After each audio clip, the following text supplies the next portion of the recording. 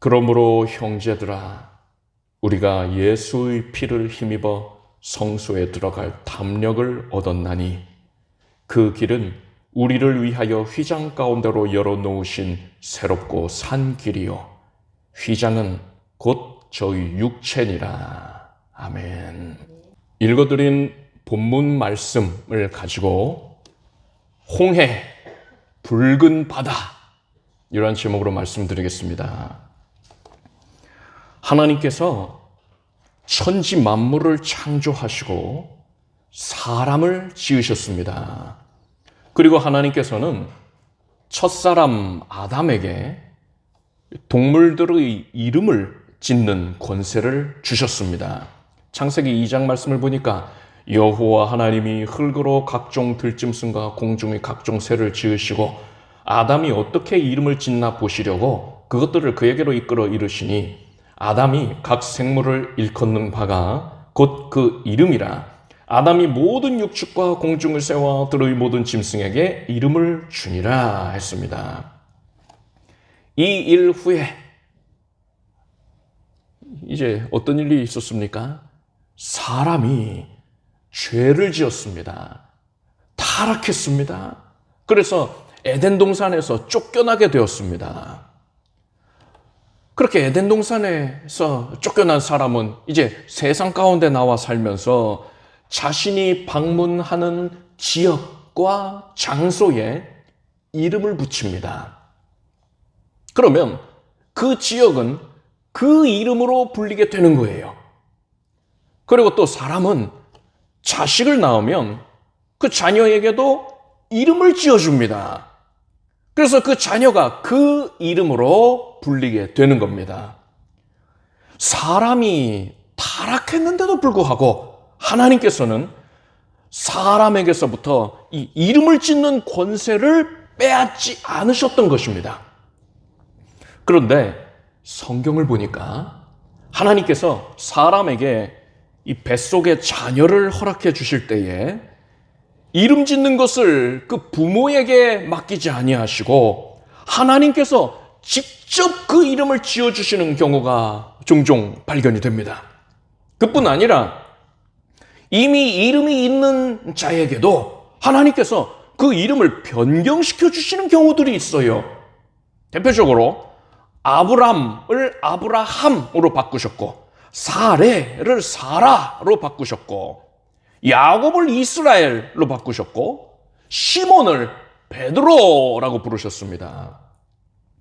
하나님께서 사람에게 분명 이름을 짓는 권세를 주셨는데도 불구하고 하나님께서는 이런 경우들에는 왜 굳이 직접 이름을 지어주신 겁니까? 하나님께서는 이들의 이름을 통하여서 하나님이 인류를 구원해내시는 섭리를 사람들한테 드러내 보이시고 알려주시고자 하셨던 것이에요. 이것은 사람의 이름에만 국한되는 게 아닙니다. 하나님께서는 어느 곳의 지명을 정하는 데에 있어서도 개입하시는 경우가 있습니다.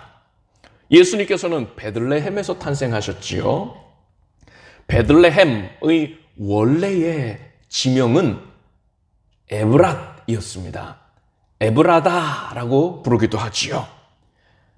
아브라함이 가나안 땅에 오기 훨씬 오래 전부터 가나안 땅에 사는 사람들은 이 베들레헴을 에브라다라고 불러왔던 것입니다. 그런데 이스라엘 백성들이 가나안 정복 전쟁을 하던 그 시기부터 이 지역은 베들레헴이라는 지명으로 불리기 시작하는 겁니다. 베들레헴은 떡집이라는 뜻이에요. 예수님께서는 내가 곧 생명의 떡이로라 이렇게 말씀을 하셨습니다. 생명의 떡이신 예수님께서 태어나실 곳이니까 이것을 가리켜서 떡집이라고 부르는 게 당연한 것이지요. 참으로 재미있게 그 이름을 하나님이 반영을 해 놓으신 것 아닙니까? 미가서를 보니까요. 베들레헴 에브라다야 너는 유다 족속 중에 작을지라도 이스라엘을 다스리는 자가 내게서 내게로 나올 것이라. 그의 근본은 상고의 태초에니라 했습니다. 무슨 말씀입니까? 메시아께서 베들레헴에서 나실 것이다 라고 예언을 하신 거예요. 그런데 이스라엘 백성들은 하나님께서 이 미가 선지자를 통하여서 베들레헴에서 메시아가 태어날 것이다 라고 예언을 주시기도 전에 훨씬 오래 전에 그들은 너무나도 자연스럽게도 그들 스스로가 이곳을 가리켜서 떡집 베들레헴이라고 부르고 있었던 겁니다. 하나님께서 사람들의 마음에 에브라다를 베들레헴이라고 부르자 이런 생각을 심어주신 겁니다. 그래서 하나님께서는 이 베들레헴이라는 지명을 통하여서 하나님의 구원의 계획이 드러나게끔 하셨던 것이에요. 베들레헴뿐 아니라 구속사에 있어서 매우 중대한 의미를 가지고 있는 지명이 또 하나 있습니다. 바로 이스라엘 백성들이 출애굽을 한 직후에 건넜던 홍해입니다. 오늘은 이 홍해라는 이름에 담겨있는 참으로 보배로운 의미를 살펴볼 것입니다. 이것을 통하여서 은혜를 나누도록 하겠습니다. 구약 성경에서는 홍해를 히브리어로 얌수프라고 부릅니다. 이것은 갈대바다라는 뜻이에요. 이스라엘 백성들이 홍해를 건널 당시에 사람들은 누구나가 이 홍해를 가리켜서 갈대바다, 얌수프라고 부르고 있었던 거예요. 그런데 시간이 흐르니까 어느 시점부터는 사람들이 그 바다를 붉은 바다, 즉 홍해라고 부르고 있는 겁니다. 그래서 신약 성경을 보면은요, 신약 성경 헬라어로 기록이 되어 있죠. 이 신약 성경을 보면 사도행전과 히브리서 말씀에 그 홍해를 가리켜서 오늘날 우리가 부르고 있는 그 명칭과 같이 붉은 바다, 홍해라고 부르고 있는 것입니다. 홍해의 옛 지명이 갈대바다라고 했습니다. 그런데 갈대는 민물에서 자라는 것 아닙니까? 그렇기 때문에 어떤 학자들은 모세와 이스라엘 백성들이 건넌 것은 바다가 아니라 민물이었다. 그 물이 찰방찰방할 정도로 차 있는 갈대 숲이었다. 갈대밭을 걷는 것에 불과하다. 이렇게 주장을 하는 사람도 있어요. 그런데 이러한 주장에는 커다란 오류가 있습니다. 그렇게 찰방찰방한 깊지 않은 곳에서 애굽의 모든 병사들이 빠져 죽었다는 거예요. 앞뒤가 맞지 않는 소리지요. 그리고 성경은 분명히 홍해 가운데에 길이 나고 물이 좌우에 벽이 되었다라고 말씀하고 있습니다. 이것만 보더라도 이스라엘 백성들이 수심이 깊은 바다를 건넜다는 걸 우리는 확신할 수가 있는 것입니다. 그런데 갈대는 바다에서는 자랄 수가 없다 하지 않았습니까? 그런데 알고 보니까 그게 아니었어요. 이집트 옆에 시내 반도가 있습니다. 시나이 반도라고 부르기도 해요. 시내 반도가 있는데 반도니까는 바다에 둘러싸여 있겠지요. 그 왼쪽 바다를 수에즈만이라고 부르고 그 오른쪽 바다를 아카바만이라고 부릅니다. 이 두 개의 만과 더불어서 이 둘이 합쳐지는 바다까지를 통틀어서 홍해라고 부르는 거예요. 그러니까는 시내 반도를 둘러싼 바다가 홍해다라고 이해를 하시면 됩니다. 그런데 시내 반도의 이 오른쪽에 위치해 있는 홍해인 아카바만에서는 바닷물인데도 불구하고 갈대가 자라고 있는 게 확인이 됐어요. 이 아카바만은 세계에서 유일하게 바다에서 갈대가 자라고 있는 지역이라고 합니다. 고대의 사람들도 이 바닷물에서 갈대가 자라는 게 참 신기했나 봐요. 그래서 이곳을 갈대바다라고 불렀던 겁니다. 그리고 모세와 이스라엘 백성들이 바로 이곳을 건넜던 거예요. 자, 그렇다면 왜 사람들이 갈대바다를 어느 순간부터는 홍해라고 부르게 된 겁니까? 학자들은 이 홍해에는 산호초가 많이 살고 있는데 홍해의 물이 줄어드는 시기에는 이 수면 가까이에 위치해 있는 붉은 산호초들이 더 많이 보이게 되니까 바다 전체가 붉게 보이게 되고 그래서 사람들이 홍해라고 부르기 시작했다. 이렇게 추측을 합니다. 그 외에도 뭐 여러 가지 학설들이 있어요. 그런데 그게 중요한 게 아니지요. 정말 중요한 건 뭡니까? 사람들이 구체적으로 어떤 이유에 의해서 홍해라고 불렀는지 그거는 모르겠지만 앞에서 에브라다가 베들레헴으로 불려지게 한 데에는 하나님의 섭리가 있었다 하지 않았습니까? 하나님께서 사람들의 마음을 섭리하셨기 때문에 그렇게 그런 이름으로 변화가 되었다니까요. 마찬가지입니다. 갈대바다가 홍해라는 이름으로 불려지게 된 데에는 하나님의 섭리가 있었던 거예요. 하나님께서 어떤 이유와 목적을 가지고 그렇게 하신 것입니다. 자, 이제 하나님께서 이 홍해라는 이름을 통하여서 계시해 주시고 있는 그런 신령한 영적인 의미에 대하여서 말씀을 드리도록 하겠습니다. 첫째로 홍해가 갈라진 것에 대하여서 살펴보겠습니다. 하나님께서는 홍해에 큰 바람이 불어와서 이 바다를 쳐내어서 바다가 갈라지게 하셨습니다. 큰 동풍이 밤새도록 바닷물을 쳐냈습니다. 바다의 입장에서는요, 바람으로 인하여서 고통을 당한 거예요. 이후에 우리가 자세하게 살펴보겠지만 홍해는 영적으로 볼 때에 예수 그리스도를 예표하고 있습니다. 따라서 이 홍해가 매서운 바람에 의해서 쳐냄을 받은 것은 성자 예수님이 성부 하나님께로부터 심판을 받으시는 것을, 쳐냄을 받는 것을 예표하는 거예요. 그가 곤욕과 신문을 당하고 끌려갔으니 그 세대 중에 누가 생각하기를 그가 산자의 땅에서 끊어짐은 마땅히 형벌받을 내 백성의 허물을 인함이라 하였으리요 라고 했습니다.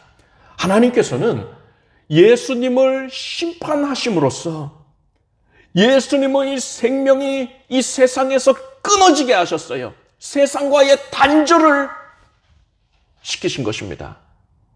생명이 이 세상에 붙어 있다가 세상으로부터 갈라지게 된 거예요. 홍해가 갈라지듯이. 하나님께서는 이러한 영적인 의미를 홍해에만 반영해 두신 게 아닙니다. 하나님께서는 이것과 동일한 의미를 성전 휘장에도 반영을 해 두셨습니다. 성전은 뜰과 건물로 구분할 수 있습니다. 그리고 이 건물은 성소와 지성소로 구분이 됩니다. 성소와 지성소 사이에 두꺼운 커튼이 쳐져 있습니다. 이게 바로 성전의 휘장이에요. 이 성소에는 제사장들만 들어갈 수가 있습니다. 그렇지만 제사장들이라 하더라도 지성소에는 들어가지를 못해요. 만약에 제사장들이 지성소 안을 들여다보거나 발을 한 발자국이라도 들이민다면 하나님께 심판을 받아서 죽임을 당하게 된단 말입니다. 이 지성소는 성전의 가장 깊숙한 곳인데 언약궤가 안치되어 있습니다. 하나님의 임재를 상징하는 처소예요. 지성소는 1년 중에 단 하루 대속죄일에 오직 대제사장만이 들어갈 수가 있습니다. 이날 이외에는 아무리 대제사장이라 하더라도 지성소에 들어갈 수가 없는 겁니다. 하나님께서는 제사장이나 이 대제사장이 실수로라도 이 지성소 안을 들여다보게 된다던가 발을 디디지 못하게 하기 위하여서, 그럼 죽임을 당하니까요. 그거를 방지하기 위해서 성소와 지성소 사이에 천을 걸어두게 하셨습니다. 이 천이 그 너비가 8m고요. 길이, 그러니까 높이라고 할 수 있겠죠. 높이가 18m입니다. 두께가 어떻게 되느냐. 두께가 어른 주먹만 했다고 합니다. 이 정도 두께의 천을, 그 8m에 18m나 되는 거대한 천을 걸어둔 거예요. 이렇게 두껍게 한 이유가 있죠. 바람에 펄럭이지 않게 하려고. 바람에 펄럭여서 안을 들여다보게 되면, 지성소 들여다보게 되면 죽임을 당하니까 움직이지 않게 했던 것이지요. 이게 바로 휘장입니다. 휘장은 워낙에 두껍고 밀도 있게 만들었기 때문에 아무리 날카로운 칼이라 하더라도 이것을 절반으로 가르는 것은 불가능한 거예요. 그 아래를 조금 썰 수는 있겠지요. 그런데 이 휘장을, 그 18m에 이르는 두꺼운 휘장을 위에서부터 아래로 쳐서 가른다? 이거는 제 아무리 골리앗이 온다 하더라도 불가능한 거예요. 아무리 날카로운 칼이라도 불가능합니다. 그런데 예수님께서 십자가에 달리셔서 숨을 거두실 때에 대한 기록을 보십시오. 마가복음을 보니까 예수께서 큰 소리를 지르시고 운명하시다. 이에 성소 휘장이 위로부터 아래까지 찢어져 뚫리되니라 고 했어요. 예수님이 숨을 거두시는 바로 그 순간에 그 두꺼운 성전 휘장이 위에서부터 아래로 쭉 찢어져서 두 동강이 나버린 겁니다. 오늘 본문에서는 이에 대하여서 휘장은 곧 저의 육체니라고 했습니다. 홍해와 성전 휘장은 모두 다 예수님의 육체를 의미하는 거였어요. 이것이 갈라졌다라는 것은 예수님이 죄인들을 대신해서 하나님께 심판을 받아 죽임을 당하시게 된다라는 것을 예표하는 것이었습니다. 자, 둘째로 홍해 가운데에 새롭게 난 길에 대하여서 살펴보겠습니다. 오늘 본문을 다시 보니까 그러므로 형제들아 우리가 예수의 피를 힘입어 성소에 들어갈 담력을 얻었나니 그 길은 우리를 위하여 휘장 가운데로 열어놓으신 새롭고 산 길이요 휘장은 곧 저희 육체니라 했습니다.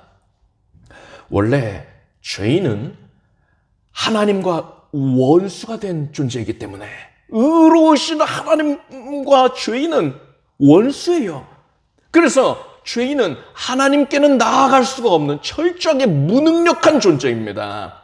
그런데 그런 죄인이 예수님의 피로 말미암아서 죄 씻음을 받고 그래서 비로소 의인이 되어서 하나님 앞에 나아갈 수가 있게 된 거예요. 우리는 이 본문의 말씀을 통하여서 홍해라는 이름이, 이 홍해의 이름이 왜 붉은 바다여야만 했는지에 대한 통찰을 얻을 수가 있습니다. 홍해는 바로 예수님께서 흘리신 보배로운 피, 보혈을 의미하는 거예요. 이스라엘 백성들이 애굽의 압제에서 벗어나서 출애굽을 하게 되었는데 그것을 위하여서는 유월절 사건이 가장 중요한 역할을 감당을 했습니다. 만약에 유월절 사건이 없었다면 애굽의 왕 바로는 절대로 이스라엘 백성들을 순순히 보내주지 않았을 겁니다. 유월절 사건이 뭡니까? 하나님께서 온 애굽에 장자가 죽임당하는 재앙을 내리셨습니다. 그리고 하나님께서는 이스라엘 백성들에게는 너희가 이러한 재앙을 면함받기 위해서는 어린 양을 죽여서 그 피를 문 인방과 좌우 설주에 바르고 집 안에 거해라. 집 밖에 나가지 말고 집 안에, 피를 바른 집 안에 거하라 하신 거예요. 문틀의 윗부분과 이 좌우 양 옆에다가 피를 바르고 그 안에 거해라. 그러면 죽음의 사자가 온 애굽을 다니면서 장자들을 죽일 때에 어린 양의 피를 바른 집에는 죽음의 사자가 들어가질 않는 거예요. 그 집을 죽음의 사자가 넘어가 버리는 것입니다. 이것을 넘을 유에 넘을 월을 써서 유월했다라고 말하는 겁니다. 죽음의 사자가 어린 양의 피가 발라진 집을 왜 유월한 것입니까? 어린 양이 집 안에 있는 사람들을 대신해서 죽었기 때문에, 어린 양이 이미 심판을 받았기 때문에 더 이상은 심판을 집행할 필요가 없다는 겁니다. 이미 심판이 종료됐기 때문에 더 이상 심판을 내리지 않고 6월 넘어가 버린 거예요. 하나님께서는 이스라엘 백성들에게 이 날을 기념하여 6월절로 지키라 명령하셨습니다. 그래서 6월절 절기가 제정이 된 것이에요. 유대인들은 하루의 시작을 해질 무렵으로 보았습니다. 그래서 저녁 6시, 오후 6시부터 하루가 시작이 되는 겁니다. 그래서 이 6월절도 오후 6시부터 시작이 돼요. 오후 6시에 저녁 식사를 하잖아요. 오후 6시에 하는 저녁 식사, 6월절 만찬부터 6월절이 시작이 되는 겁니다. 6월절 저녁 식사에서는 어린 양을 구워 먹었습니다. 그러면 유대인들이 이 6월절 만찬 때 쓸 어린 양을 언제 잡았을까요? 그냥 뭐 정육점에서 사왔을까요, 그 고기를? 그렇지 않아요. 6월절 양을 잡아 죽여야 그 고기를 구워 먹지 않겠습니까? 자, 대제사장이 6월절이 시작되기 전의 오전 9시에, 그러니까 우리의 기준으로 보면 같은 날이죠. 6월절이 오후 6시부터 시작되니까. 그날의 오전 9시에 예루살렘 성전에 번제단이 있는데, 그러니까 제물을 불태워 바치는 그 번제단이 있는데 모퉁이에 뿔이 나 있습니다. 그 뿔에다가 흠없고 점없는 어린 양을 잡아 묶어두는 거예요. 이 양이 바로 6월절에 사용될 수많은 양들을 대표하는 양인 거예요. 대표 양입니다. 이렇게 어린 양 한 마리를 번제단에 묶어두면, 9시부터 묶어두면 이 어린 양이 매 운단 말이지요. 그러면 성전을 수많은 유대인들이 드나드는데, 그 사람들이 그 양을 보고는 이제 오후 6시가 되면은 6월절이 시작이 되겠구나, 이것을 알게 되는 것입니다. 그렇게 오전 9시에 묶어놔서 오후 3시가 되면 이제 대제사장이 칼을 들고 나타납니다. 그리고 대제사장이 다 이루었다 외치고 번제단에 그 메어두었던 어린 양을 죽이는 거예요.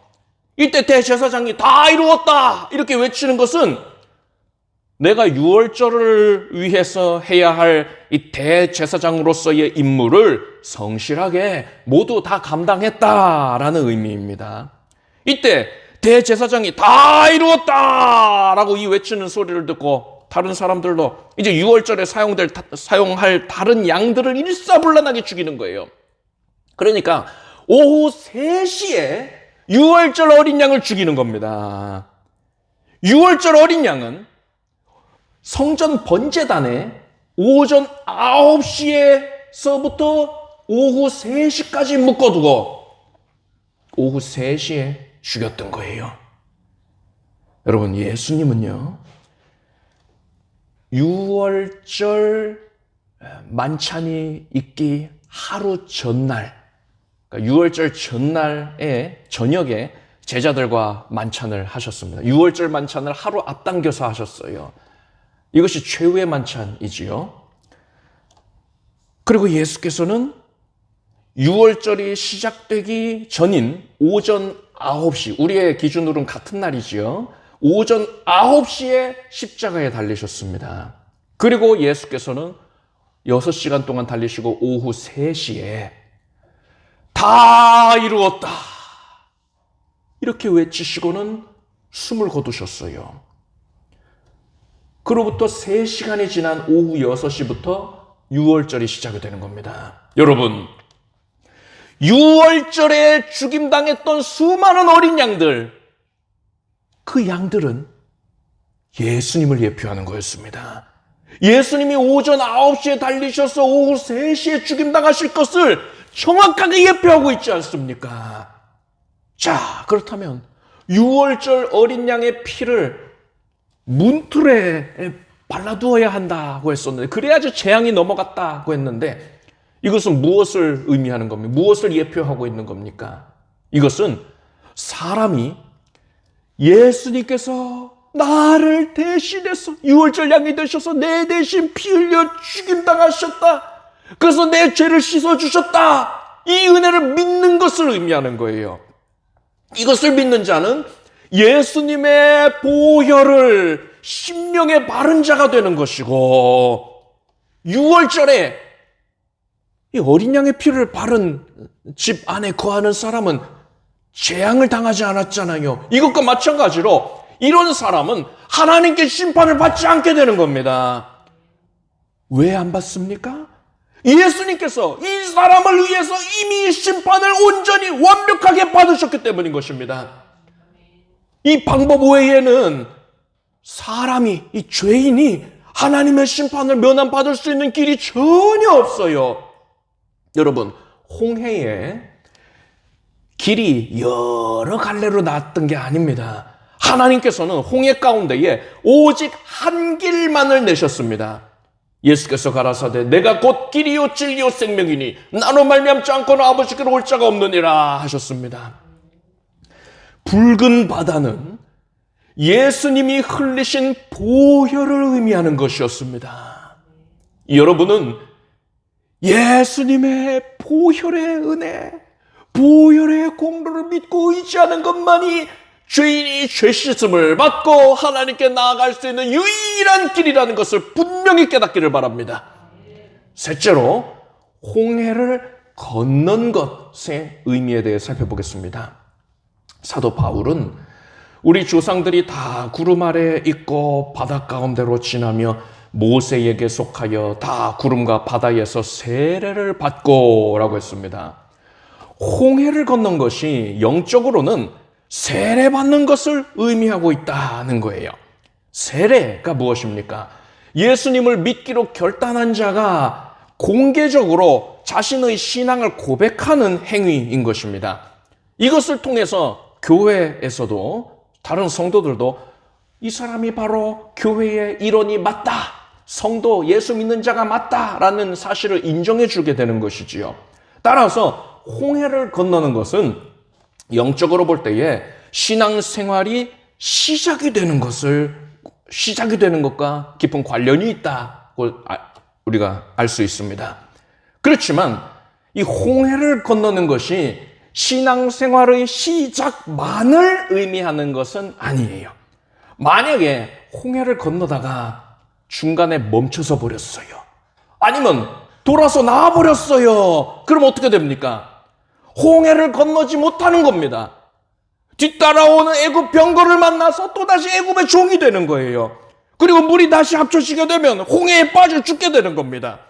따라서 우리는 반드시 홍해를 끝까지 건너야만 하는 것입니다. 이렇듯 홍해를 끝까지 건너는 것은 바로 예수님의 대속의 은혜를 믿음으로 영접한 자가 생명이 다하는 날까지 그 믿음이 변하지 아니하는 것을 의미하는 겁니다. 오직 그런 자만이 구원을 얻게 되는 거예요. 이렇듯 홍해를 건넌다는 것은 우리의 신앙이 시작되는 것을 의미함과 동시에 우리의 생명이 다하는 날까지 믿음이 변치 않아야 한다는 것을 의미하는 것입니다. 자, 넷째로 홍해를 통해서 구원과 심판이 함께 임한 것에 대하여서 살펴보겠습니다. 이스라엘 백성들이 홍해길로 행진을 할 때에 뒤따라오던 애굽의 병거들도 홍해를 길로 들어왔어요. 하나님께서는 이 애굽의 병거들이 한가운데 지음에 이르렀을 때에 그 바퀴를 벗겨버리셨습니다. 이들은 바다 한가운데에서 발이 묶이게 된 거예요. 그리고 이스라엘 백성들이 드디어 홍해를 무사히 건너기를 마치니까 바다가 도로 합쳐져서 애굽의 병거들을 수장시켜 버린 것입니다. 홍해 사이에 난 길은 이스라엘 백성들에게는 분명히 구원을 가져다 줬습니다. 그런데 애굽 사람들에게는 멸망과 심판을 가져다 주었단 말입니다. 이스라엘 백성들과 애굽 사람들 사이에 어떤 차이가 있었던 것입니까? 히브리서 기자는 이렇게 말합니다. 믿음으로 저희가 홍해를 육지같이 건넜으나 애굽 사람들은 이것을 시험하다가 빠져 죽었으며 라고 했습니다. 앞에서 홍해길로 나아가는 것은 예수님의 대속의 은혜를 믿음으로 영접한 것이다 라고 말씀드렸습니다. 이스라엘 백성들은 믿음으로 하나님의 은혜, 예수의 메시아의 죄사해 주시는 은혜를 영접하였던 겁니다. 반면에 애굽 사람들은 그러한 믿음을 갖고 있지 않았던 거예요. 이런 애굽 사람들은 오늘날로 치면 교회에 출석은 하고 있는데 믿음이 없는 자라고 할 수 있습니다. 이 사람은 겉으로 보기에는 홍해길로 들어선 것처럼 보입니다. 그렇지만 하나님께서는 홍해가 엄몰될 때에 그 사람 역시 심판하실 거예요. 그 사람은 세상 사람들과 다를 바 없이 뒤따라온 애굽 병거와 함께 심판을 받게 되는 겁니다. 사도 바울은 이것이 저희에게는 멸망의 빈거요, 그러니까 멸망의 증거요, 너희에게는 구원의 빈거니 이는 하나님께로부터 난 것이니라 했습니다. 예수 그리스도의 구원을, 죄사해 주신 은혜를 전하는 이 복음이 구원과 심판이라는 두 가지 속성을 다 갖고 있다는 거예요. 양면성을 갖고 있다는 겁니다. 여러분, 예수님의 죄사해 주신 은혜를 믿음으로 영접한 자는 반드시 구원을 얻게 됩니다. 그렇지만 이것을 믿지 않는 자, 이 사람은 아무리 홍해길로 들어와 있다 하더라도, 겉으로 보기에는 신앙생활 잘하고 있는 것처럼 보인다 하더라도 이 사람은 반드시 멸망심판을 받게 되는 거예요. 여러분, 예수님께서 우리의 죄를 씻어 주셨습니다. 그것을 위해서 예수께서 우리를 대신해서 십자가에 못 박혀서 피를 흘리셨어요. 보배로운 피, 보혈을 흘리셨습니다. 이 은혜를 믿으시기를 바랍니다. 반드시 믿어야 돼요. 이 설교를 듣는 여러분들 중에는 애굽 사람과 같은 이가 단 한 명도 없기를 바랍니다. 홍해가 갈대바다라는 이름에서 붉은 바다라는 이름으로 불려지게 된 데에는 이것은 구체적인 이유가 뭔지 그건 몰라도 돼요. 그 이면에는, 그 내면에는 하나님의 섭리가 있었던 것입니다. 하나님께서는 홍해를 통해서 장차 오실 메시아의 대속 사역에 대하여서 예표해 주셨던 것입니다. 여러분을 위하여서 하나님께서 홍해를 갈라주셨습니다. 홍해가 갈라진 게 뭐라고 했습니까? 예수께서 큰 고난을 당하시고 심판을 받으셔서 보혈을 흘리시고 몸 찢겨서 죽임당하셨다는 거예요. 예수님의 죽으심으로 말미암아서 홍해 가운데에 길이 났으니까 이제 우리는 그 길로 나아가야 하는 겁니다. 죄사해 주신 은혜, 대속의 은혜를 믿음으로써 예수님을 영접해야 됩니다. 우리는 생명이 다할 때까지 이 믿음의 길에서 벗어나서는 안 돼요. 지금 중간 이상은 왔으니까 이제는 돌아가야지 이러면 안 된다는 거예요. 여기 머물러 있어야지 이래서도 아니 되는 겁니다. 끝까지 완주해야 되는 겁니다. 대속의 은혜를 진심으로 믿는 자는 반드시 구원을 얻게 됩니다. 반면에 믿음이 없는 자는 그가 아무리 홍해길로 따라 들어와 있다 할지라도, 겉으로 보기에는 예수 잘 믿는 것처럼 보인다 할지라도 이 사람은 심판에 처해지게 되는 거예요. 다시 한번 말씀드립니다. 여러분, 예수께서 베풀어 주신, 죄사해 주신 죄사함의 은혜, 대속의 은혜, 보혈의 공로를 반드시 믿기를 바랍니다. 만약에 믿음이 생기질 않는다면, 저 목사님 도대체 그걸 왜 강조하는 거야? 난 그거 모르겠는데, 그냥 그런 일이 있었나 보지 정도에 그치고 있다면, 여러분, 예수님 앞에 쳐져 나와서 믿음을 간구했던 사람과 마찬가지로, 주여, 내가 믿나이다. 나의 믿음 없는 것을 도와주소서. 이렇게 예수님께 믿음을 달라고 부르짖기를 바랍니다. 예수께서 반드시 구하는 자에게 믿음을 내려주십니다. 여러분은 모두 죄사해 주신 은총에 대한 믿음을 가지고서 홍해를 건너기를 바랍니다. 구원의 은혜를 풍성히 누리는 여러분 모두가 되기를 축복합니다. 기도하겠습니다. 하나님, 예수께서 우리를 위하여서 고난당하셨습니다. 홍해가 갈라졌습니다. 이제 생명 얻는 길이 새로이 났으니 우리가 그리로 들어갑니다.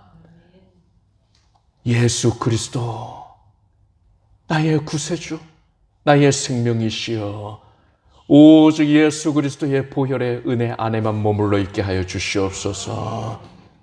그 은혜 안에서 죄사함, 구원의 은혜, 거룩해 되는 은혜, 세상과 성별되어 하나님의 은총을 누리는 은혜를 풍족히 만끽하게 하여 주시옵소서. 예수님의 이름으로 간절히 기도드립니다. 아멘. 모두 자리에서 일어나셔서 가슴에 손 얹으시고 아픈 곳에 손 얹고 기도하겠습니다. 하나님, 예수님의 진리의 말씀을 듣고 믿음으로 반응하였습니다. 하나님의 생명의 말씀을 내가 믿을 때에 하나님의 능력이 나에게 임합니다. 예수 그리스도의 보혈의 은혜가 지금 믿는 모든 주의 자녀들에게 가득히 임하였느니라. 지금 어그러져 있던 심령이, 육신이, 삶의 모든 현장이 온전해질지어다. 예수 그리스도의 피로 뒤덮노라. 그 피의 능력으로 말미암아서 지금 심령의 강건함이 가득하게 될지어다. 우울증이 사라져라. 대인기피증, 공황증 다 사라질 것이고, 마음의 갈등이, 연약이, 어려움들 다 해소가 될지어다. 하나님이 주신 평안, 예수 그리스도의 평안을 받아 누립니다. 나의 평안을 너에게 주노라. 내가 주는 평안은 세상에 주는 것과 같지 아니하다 하셨으니 믿음으로 기쁨으로 예수의 보혈로 말미암아 그 은혜를 누립니다. 눈에는 보이는 증거가 달라진 것이 없다 하시라도 귀로 들리는 것들이 사방으로 에워싸고 있는 환경이 지금 달라진 게 없다 하더라도 하나님 믿음 가지고서 예수의 보혈로 말미암아서 먼저 믿음으로 받아 누리겠습니다. 이제는 평안할지어다. 근심 염려를 다 예수께 맡기고 자유함을 누릴지어다. 연약한 육신을 예수께 맡깁니다. 하나님께서 고쳐주시리라. 각별히 코로나 바이러스가 우리 성도들의 삶 가운데 틈 못하게 하여 주시옵소서. 능력으로 지키시고 보호하여 주시옵소서. 검사 결과를 기다리고 있는 주의 사랑하는 자녀들에게 하나님께서 가장 선한 결과를 내려주시옵소서. 예수 그리스도의 보혈로, 성령의 거룩한 불답으로 보호를 받고 있습니다. 면역력이 온전해질 것이고, 바이러스가 틈탔다 할지라도 이제 7길로 쭉 나가는 것 보게 해주시옵소서. 우리 사랑하는 온 가족들에게, 사랑하는 온 성도들에게 성령께서 생명을 얻게 넘치게 하여 주시고, 하나님이 주신 새 힘으로 충족하여 줘서 외양간에서 나온 송아지를 뜀박질하게 해주시고, 독수리가 날개치고 올라가게 하여 주시옵소서. 하나님의 능력을 힘입었으니 온몸 각기관이 정상이 될지어다. 뼈 마디마디, 관절과 골수가 강건해질 것이고, 몸속에서 암세포는 깨끗이 소멸이 되어라. 치유의 전 과정 가운데 있어서 후유증이 없을 것이고, 또한 의료진들에게 치유와 축명을 주시고 바른 결정을 내리게 하여 주시고, 모든 치유의 과정 가운데 하나님의 은혜만 드러나게 하여 주시옵소서. 예수 그리스도께서 강건케 하셨으니 예수 그리스도께 영광을 올립니다. 우리의 삶의 전 영역에 보혈로 뒤덮였습니다. 모든 저주가 재앙이 넘어갔느니라. 이제는 연약의 제목이 변하여 축복이 된 것을 믿음으로 확인하게 될지어다. 그것이 이제 현실이 될지어다. 간증할 제목이 쏟아질지어다. 하나님께서 하늘 문을 여셨으니 그것을 막을 자가 없나이다. 믿음으로 구한 것 다 응답되어라. 넉넉하여 주고 부여하여 줘서 하나님께 드리는 데에 어려움이 없을지어다. 예배 생활하는 데에 주께 헌신하는 데에 어려움이 없게 될지어다. 온 가족이 믿음 안에 거하게 될 것이고 보혈의 은혜 안에 거하게 될 것이고 구원받은 은혜를 찬미하게 될지어다. 예수님의 이름으로 기도드립니다. 아멘. 믿은 대로 될지어다. 하나님께 박수를 올리겠습니다. 자리에 앉으시기 바랍니다. 준비하신 예물을 정성된 마음으로 드리겠습니다. 드리신 예물 위해 기도하겠습니다. 하나님께 감사의 마음 담아서 예물을 올렸습니다. 큰 기쁨과 정성으로 드리었으니 하나님께서 아름답게 흠양하여 주시옵소서. 하나님께 더 열정적으로 헌신의 힘을 다하여서 주님 섬길 수 있도록 더 많이 섬기고 드릴 수 있도록 하나님께서 하늘문을 활짝 열어주시옵소서. 간증할 제복을 쏟아지게 하여 주시옵소서. 예수님의 이름으로 기도드립니다. 아멘. 우리 주 예수 그리스도의 무한하신 은혜와 하나님 아버지의 사랑과 성령님의 교통하심이 예수 그리스도의 보혈의 은혜 안에 거하는 모든 살아가는 주의 자녀들 위해 영원토록 함께 없시기를 축원합니다.